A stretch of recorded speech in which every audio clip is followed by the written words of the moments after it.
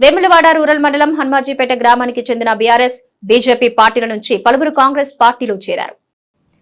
వారికి ప్రభుత్వ విప్ ఆది శ్రీనివాస్ కండువా కప్పి కాంగ్రెస్ పార్టీలోకి ఆహ్వానించారు. చేరిన వారిలో కళ్లెట్ల సురేష్, నరేష్, సంకనల రాజు, అశోక్, రాజయ్య, ఆనందం, రేఖ, గంగా, ముత్తయ్య, శశాంక్, సుధామల, శారద, మామిడి, ప్రమీల తదితరులున్నారు.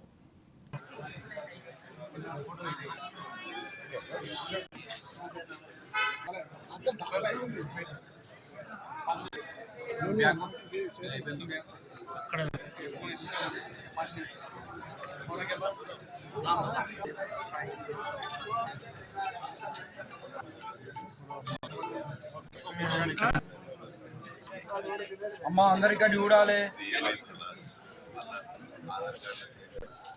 Okay okay.